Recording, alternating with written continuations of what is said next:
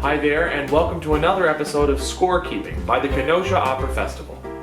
So, it's almost that time of year where everybody dulls their winter doldrums with presents and buying 20% of America's retail merchandise and family and hot cocoa and a lot of wonderful things. Every corner is suddenly bustling with the sounds of bells, carols, and speakers piping out pop songs trying to cash in on the season. But why is that?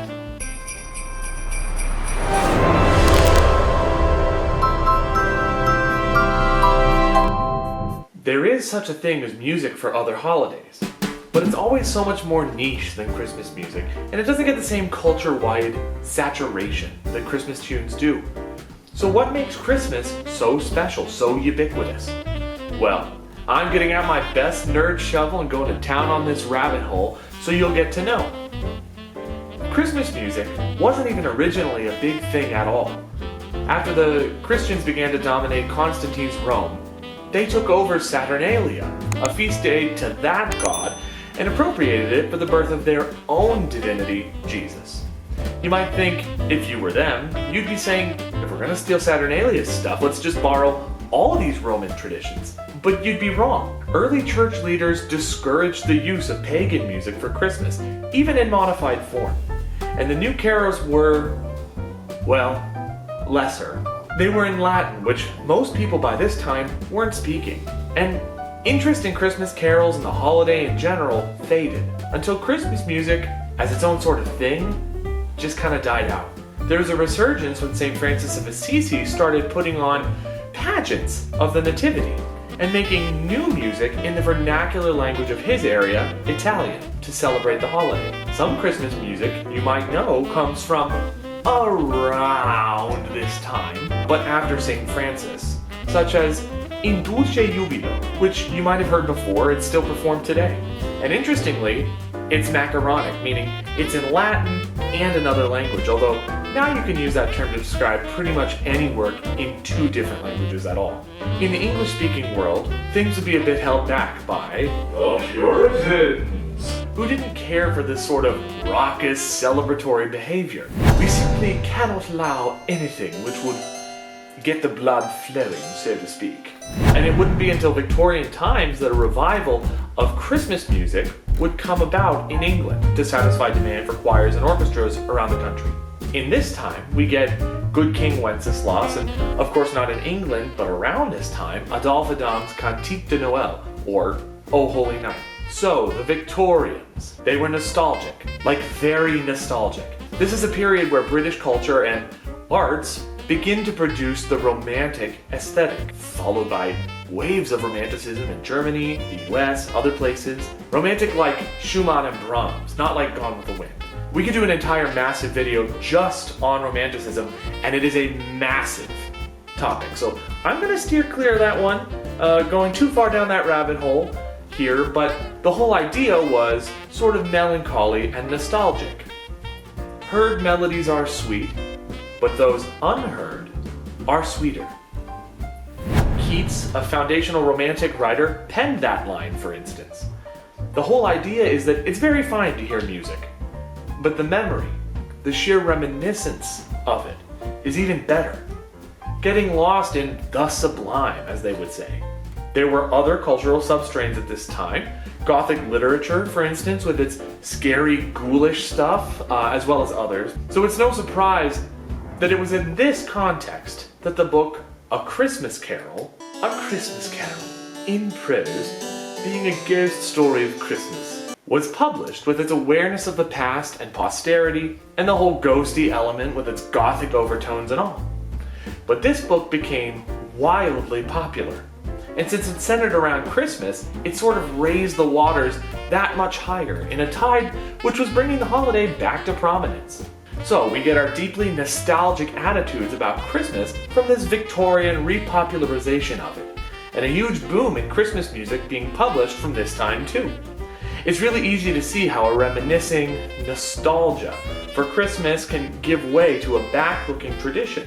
People getting the warm fuzzies about growing up and the Christmases of their childhood, or remembering a simpler, older way of doing things. And that's exactly the frame of mind songwriters are trying to get you in when they get together in a hit factory. and try to make the next big holiday radio hit to beat you over the head with memories. Speaking of which, it's about time we got to the main subject of this video, and pop Christmas song of all pop Christmas songs. Mariah Carey's All I Want for Christmas Is You. This song either warmly manifests the holiday itself, hanging that catchy little tune like tinsel on the air, or it makes routine shopping a waking nightmare with inescapable manic Yuletide festiveness. But it's an excellent example of modern takes on Christmas music. Adam Ragusea makes an interesting argument for Vox, video is linked, that the song is nostalgic, and about exactly how All I Want for Christmas accomplishes its nostalgic goals. His point is basically that it uses two references to put us in mind of other, older Christmas music. He argues that the quick triplet intro is very much like Phil Spector's Baby Please Come Home, which checks out in my view.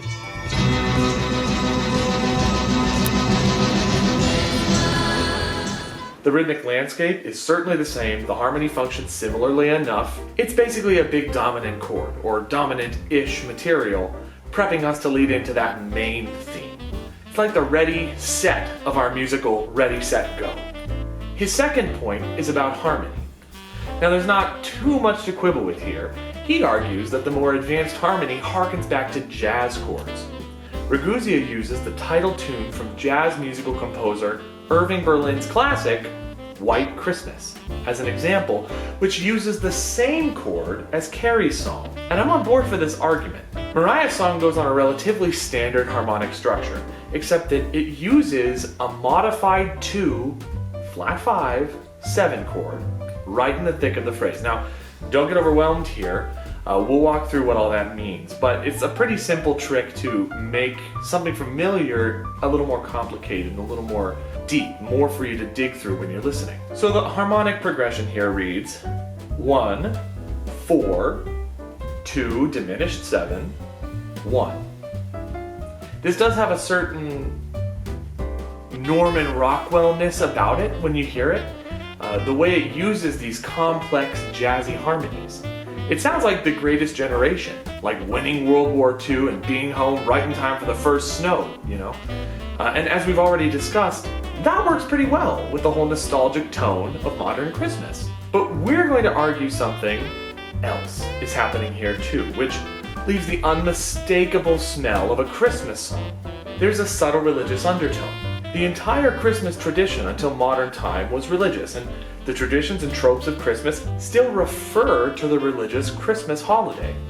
Even in attempts to secularize, music is forced to diverge from religious tropes, and that means it's somewhat defined by those tropes. So it's extremely natural that some old religious conventions sneak in, simply repurposed carryovers stowing away in newer songs, even ones as popsy as All I Want for Christmas Is You. That's why we need to talk quickly about something called the plagal cadence. We've talked on this channel before about the standard use of the dominant 5 chord. And the whole point of that chord is to set up the expectation, pull, to lead back to 1. We call that a cadence in tonal music. But there's another kind of cadence out there which you probably would also know to hear. That's right, it's the Amen cadence.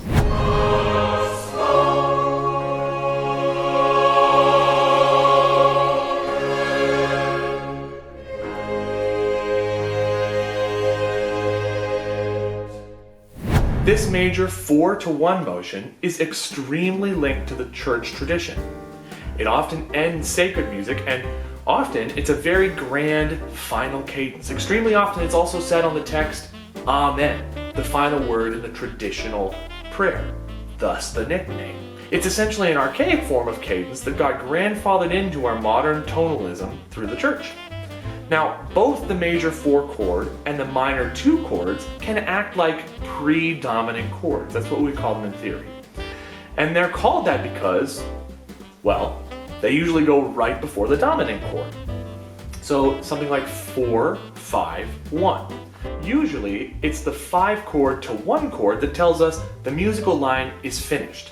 So that's the cadence that's most common. See, theory isn't too complicated. But the plagal cadence is different because it skips the usual dominant chord altogether, what we're used to going through to finish. And it just goes straight home to 1, from 4 to 1. Carey's song, and White Christmas as well actually, arguably both employ a plagal cadence because of the notes of the 2/7 chord wouldn't naturally lead back to 1.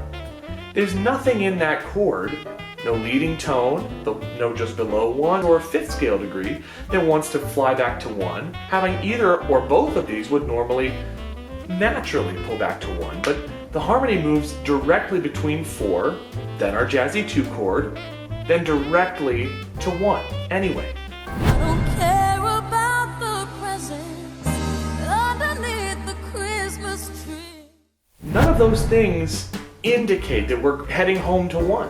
2 is still a predominant kind of harmony, so I want to argue that that's functioning plagally, just like a decoration or a ratcheting up of that regular 4 to 1 motion of a plagal cadence. It's a fancier version of what we're used to. This sort of thing, taking a satisfying harmonic motion like a plagal cadence and giving it that twinge of sad minor diminished 7th chord jazziness, is very Christmassy.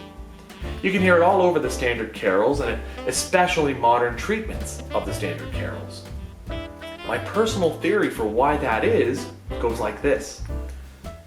Sad chords belong in this kind of happy music, or sad sounding songs belong in the otherwise cheerful Christmas song collection, because they acknowledge something pretty bittersweet. That those memories we're indulging at times like Christmas have passed and won't come back. We have to remember them because the truth is they're gone. Maybe Keats was right about unheard melodies, about the reminiscing being almost sweeter than the thing itself. But that little twinge of sad chord reflects in the music the reality that any of those happy memories can only be a memory, even if it's a really, really good one. There are other ways we could be told musically that the song is Christmassy. We have all kinds of timbre and trope choices like normal bells, sleigh bells, light dingy percussion to sort of musically sprinkle in some Santa magic. There's church-style choir, which bang us over the head with Christmas vibes, and Spector and Carey songs and most modern Christmas tunes. But I like to think there's maybe something more going on under the hood as well. So the next time you're out shopping for your family and the walls of Christmas hell start to close in on you as manic triplets and dominant harmony prepare everyone in earshot for yet another round of Mariah Carey not wanting anything for Christmas, or your favorite holiday tune starts up, just remember, there's a lot more going on under the hood of tunes like that than anybody else around you probably knows. But what do you think about all this? Do you buy my theory about what's happening in All I Want for Christmas? Do you just love Mariah Carey and do you love her so much you need to tell me what a whack job I am? Well, why not give us a thumbs up? Or a thumbs down if that's how you feel. Anyway, that's what the comments are for. Leave your thoughts for us down there. And thanks for watching. Jokes about Christmas music aside, I hope everybody is having an easy, fun season so far. Listen, if you learned something or you liked what I've been talking about, please show it to your friends. Share it around the social places of the internet. Hit the subscribe button so you'll never miss a breakdown when we post them. It really helps us out if you do. Wishing you a very Merry Christmas and an operatic New Year. Happy Hanukkah and Happy Christmas for all the Anglo-dialectical people. Happy Winter Solstice. Oh yeah, Happy Kwanzaa!